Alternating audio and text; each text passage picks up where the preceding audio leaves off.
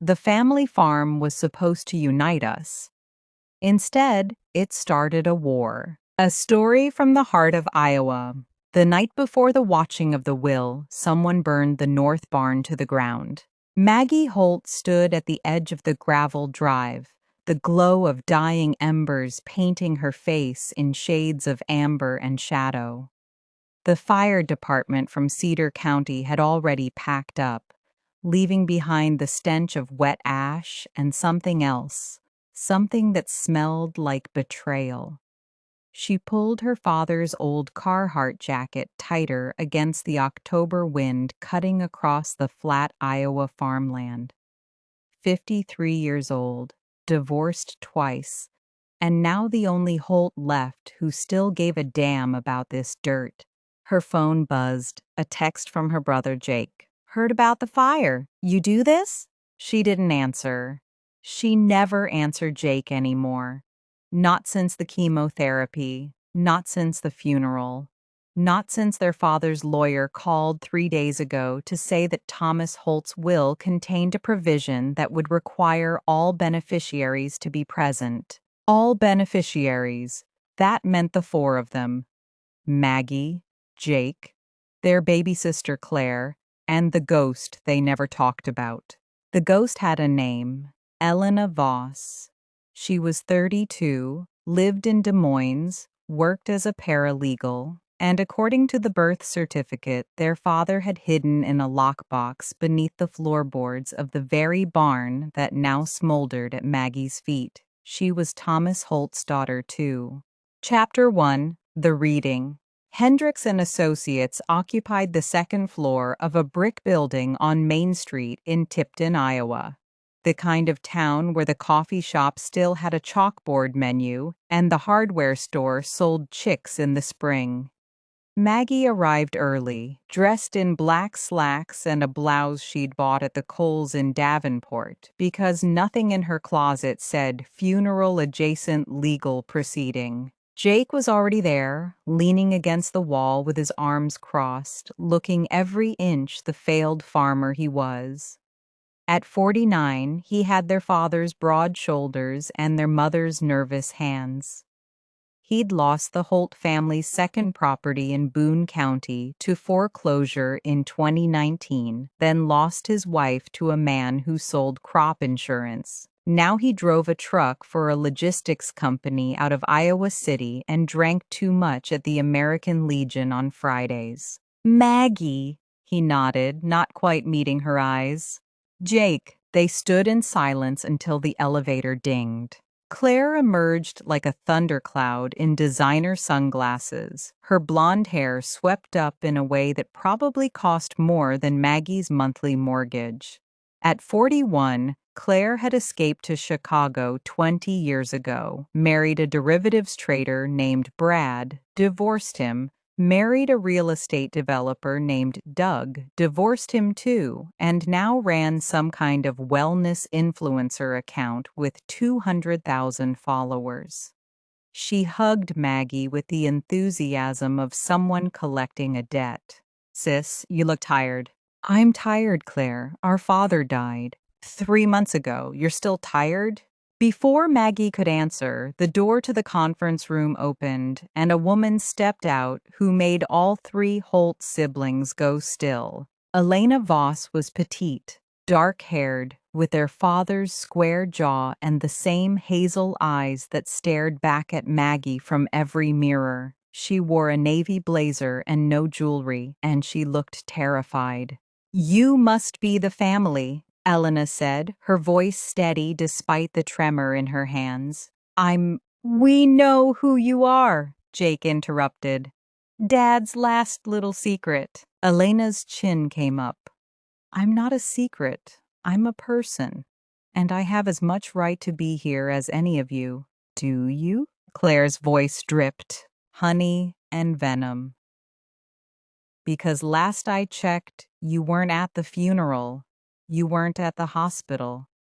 You weren't the one changing his sheets when the hospice nurse couldn't make it through the snow." "I wanted to come," Elena said quietly. "He told me not to. He said it would make things worse." Maggie studied this half-sister she'd only learned existed 6 weeks ago. There was something in Elena's bearing, the straight spine, the careful words, that reminded her of their mother, dead 20 years now. The thought made her stomach turn. "Let's get this over with," Maggie said, and pushed past everyone into the conference room. Chapter 2. The Provision. Arthur Hendricks was 70, bald, and had prepared Thomas Holt's will with the precision of a man who knew he was arranging dynamite. He waited until they were seated, Maggie and Jake on one side, Claire and Elena on the other, a no-man's land of polished mahogany between them. "The will itself is straightforward," Hendricks began, adjusting his reading glasses. The Holt family farm, comprising 340 acres in Cedar County, the house, outbuildings, equipment, and remaining livestock shall be divided equally among his 4 children. 4 children, Jake muttered. However, Hendricks continued, his voice gaining weight, there is a provision. The property cannot be sold, subdivided, or mortgaged for a period of 5 years. During that time, all 4 beneficiaries must participate in the operation and maintenance of the farm. If any beneficiary chooses to leave, or if the farm ceases agricultural production for more than 60 consecutive days, the property will be donated in its entirety to the Iowa Farmland Trust. The room went silent. "You're telling us," Claire said slowly, "that we have to run a farm together for 5 years, or we lose everything." "That is correct. But I live in Chicago," Claire said. "I have a business. You have a choice," Hendricks said gently, "as do all of you. But your father was quite explicit. He believed the farm was what held this family together once. He believed it could do so again." Maggie laughed, a harsh, broken sound. "Dad was dying and delusional. This farm tore us apart. Jake lost his place because Dad wouldn't co-sign the loan. Claire left because she couldn't wait to get out. And she stopped, her throat closing. "You what?" Elena asked. "I stayed," Maggie whispered. "I stayed, and I watched him die, and I thought at least I'd get to keep the only home I ever loved. And now I have to share it with strangers." Elena stood so suddenly her chair scraped against the floor. "I'm not a stranger. I grew up in Des Moines, but I came here every summer until I was 12. He taught me to drive a tractor. He taught me to castrate hogs. He told me stories about this land that his grandfather homesteaded in 1887. You think you're the only one who loved him? You think you're the only one who lost something?" Jake slammed his palm on the table. "You lost a summer vacation. We lost a father who was actually present. Who do you think paid for your little visits? Who do you think drove to Des Moines every month to see you, while his real family sat around a dinner table wondering where he was?" "His real family," Elena repeated, her voice shaking. "Right. The family that stopped speaking to him after your mom died. The family that let him drink himself to sleep every night for 3 years. I was 12 when I realized he kept a bottle of bourbon in the barn. 12. And I was the one who poured it out and told him I'd never come back if he didn't stop." Maggie felt the room tilt. She remembered those years, the silence at dinner, the sound of her father's truck leaving at odd hours, the way he'd smelled of liquor and regret when he finally stumbled home. She'd been 33, already divorced once, already bitter. She'd blamed him for her mother's death, as if grief were a choice he was making wrong. "You made him stop?" Maggie asked. Elena's eyes were wet now. "I tried. I think I think that's why he put this in the will. Because the last real conversation we had, before he got sick, he said he wished he'd found a way to make all his girls love each other.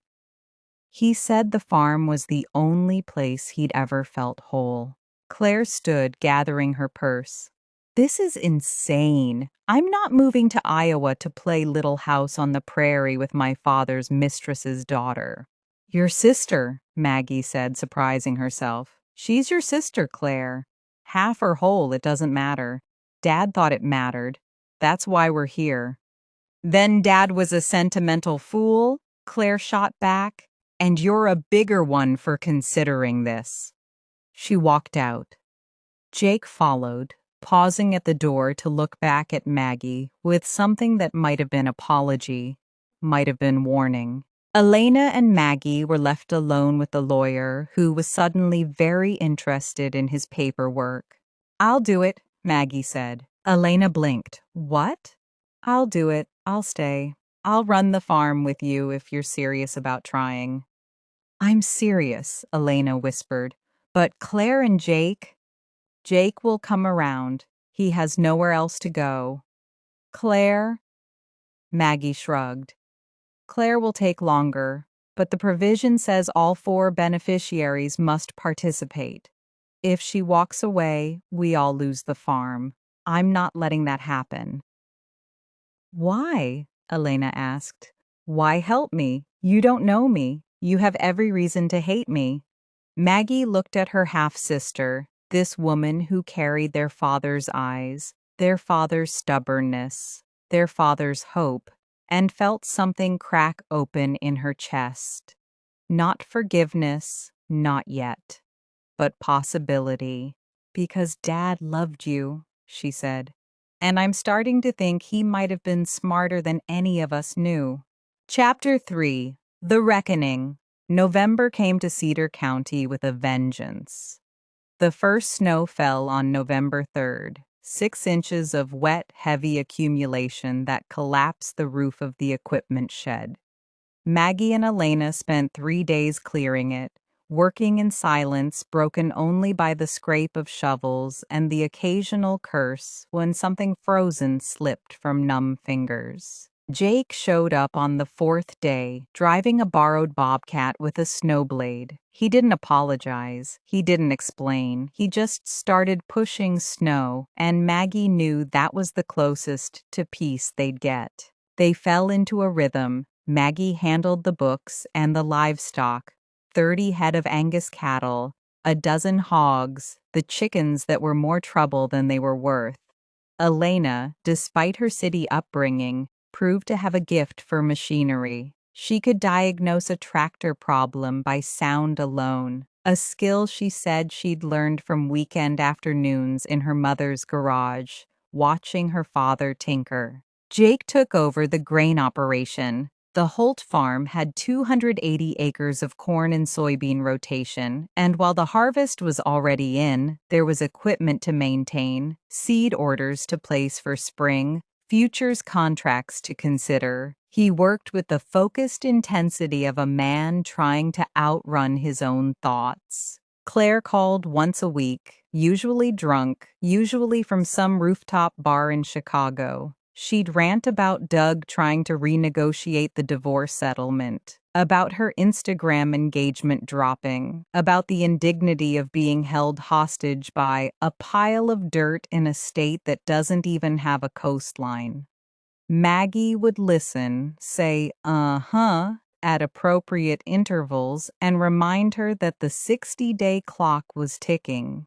You're enjoying this, Claire accused one night in mid-December. You always wanted to be the martyr, the good daughter. Well, congratulations, Maggie. You got your wish.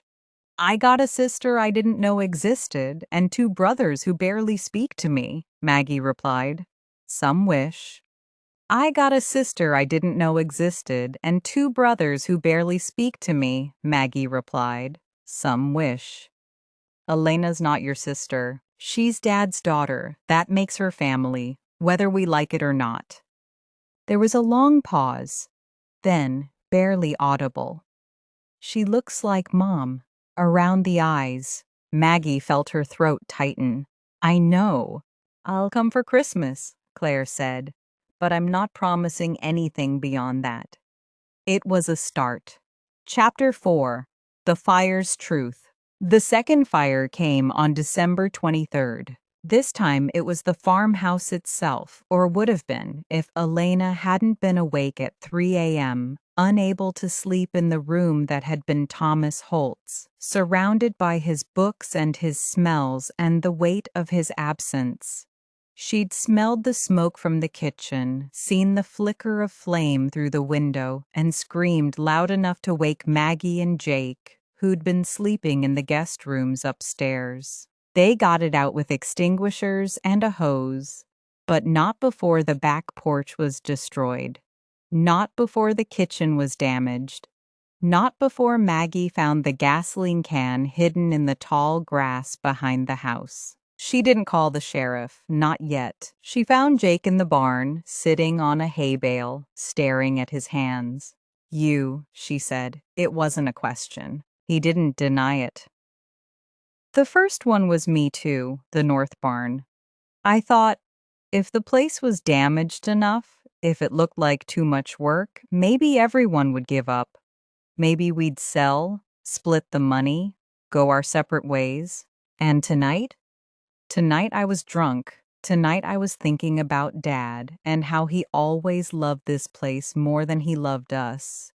How he spent his life trying to keep dirt in the family while his actual family fell apart.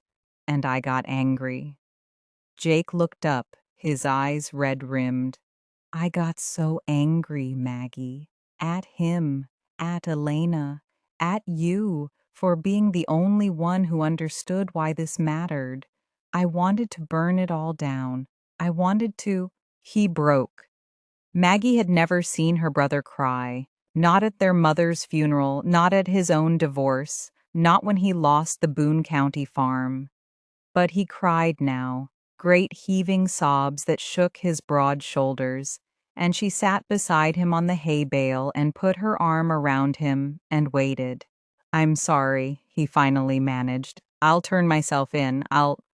You'll fix the porch, Maggie said. You'll rebuild what you burned, and you'll stay, Jake. You'll stay and work and figure out why Dad thought this was worth saving. Because I'm starting to understand, and I need you to understand too. You're not going to tell Elena or Claire?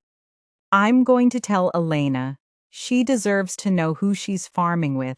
But Claire... Maggie shook her head. Claire has enough reasons to run. I'm not giving her another one. They sat in silence as the first gray light of dawn crept through the barn doors.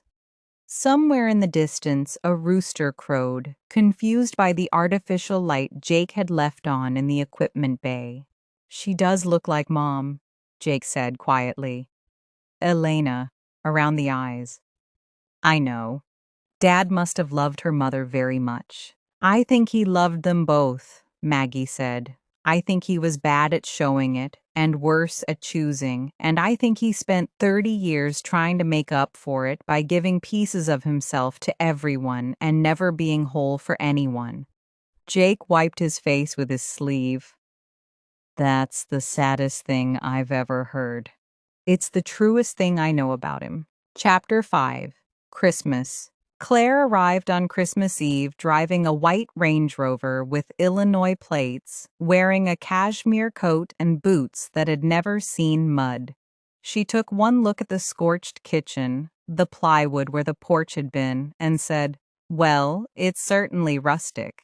Elena had spent 3 days cooking despite the damage, using a hot plate and the oven in the barn's break room. She'd made their father's recipes. The corn casserole their grandmother had perfected, the ham with brown sugar glaze, the rolls that required 6 hours of rising and a patience none of the Holt siblings had inherited.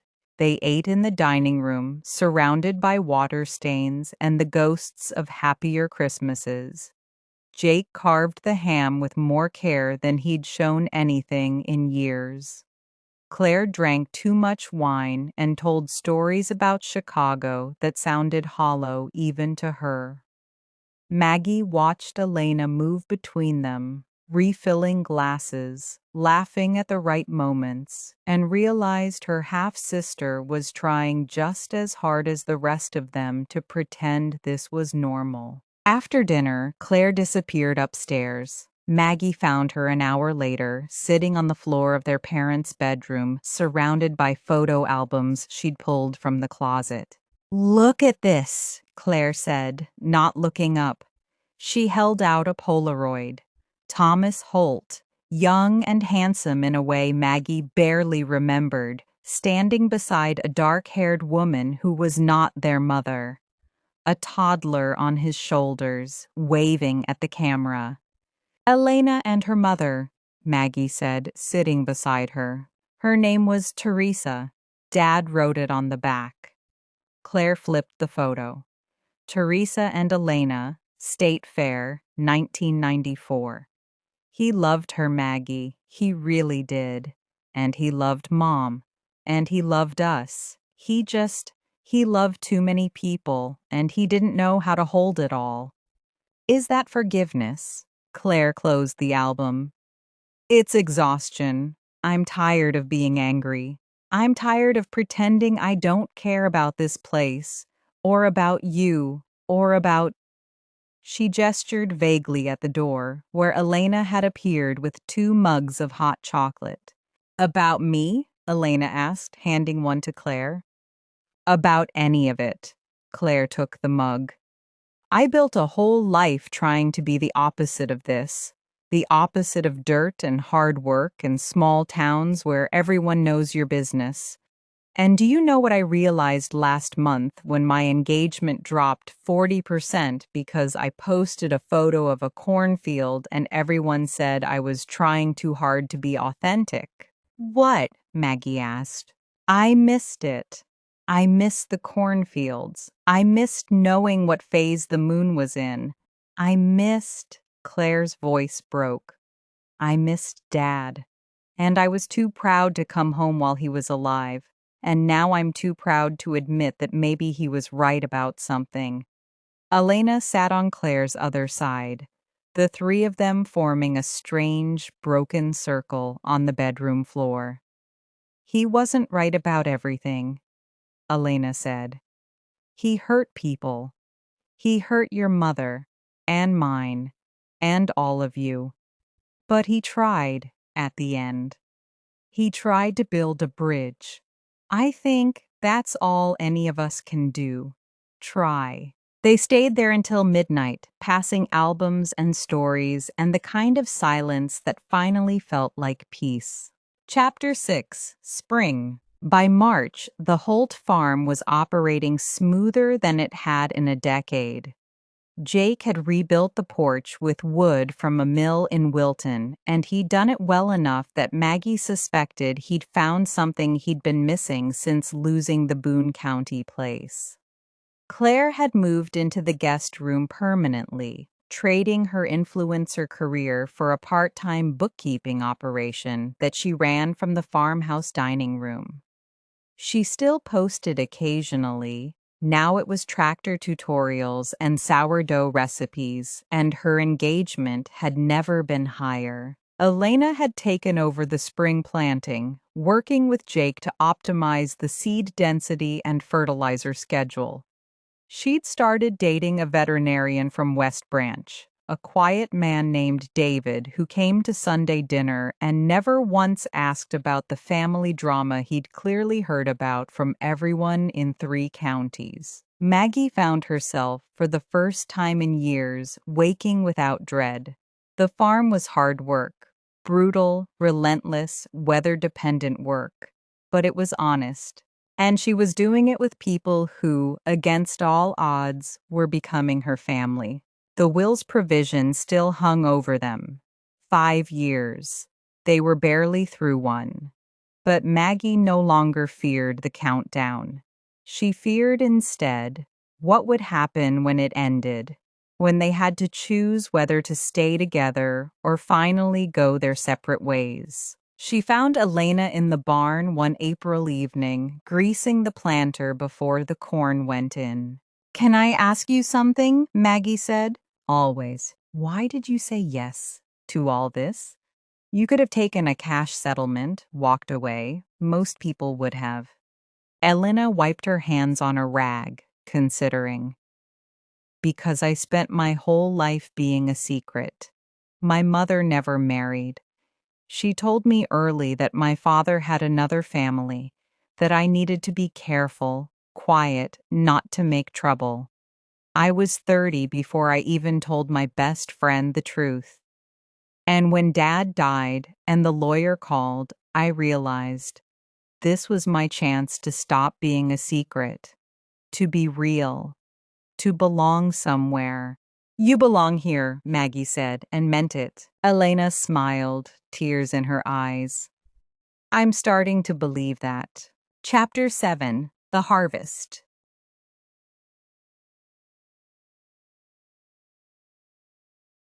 October came again, a full year since the will reading, since the first fire, since everything changed.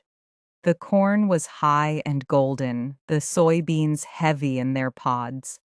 The Holt siblings, all four of them, Maggie thought with wonder, worked the harvest together. Elena on the combine, Jake driving the grain truck, Claire handling the logistics and the elevator contracts. They finished the last field on Halloween, from the working kitchen until table that had become their war room. The combine's headlights cutting through the black Iowa night. They gathered in the farmhouse, exhausted and filthy and happier than Maggie could remember being since childhood. Claire opened champagne, real champagne, not the cheap stuff she used to mock. "To Dad," she said, raising her glass. "The old fool."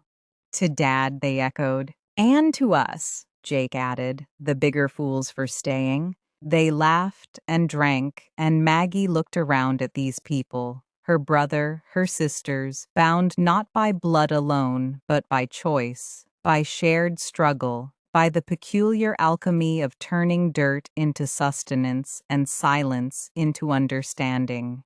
The farm hadn't united them, not really, not at first. It had tested them, burned them, forced them to confront the worst of themselves and each other. But maybe that was the point.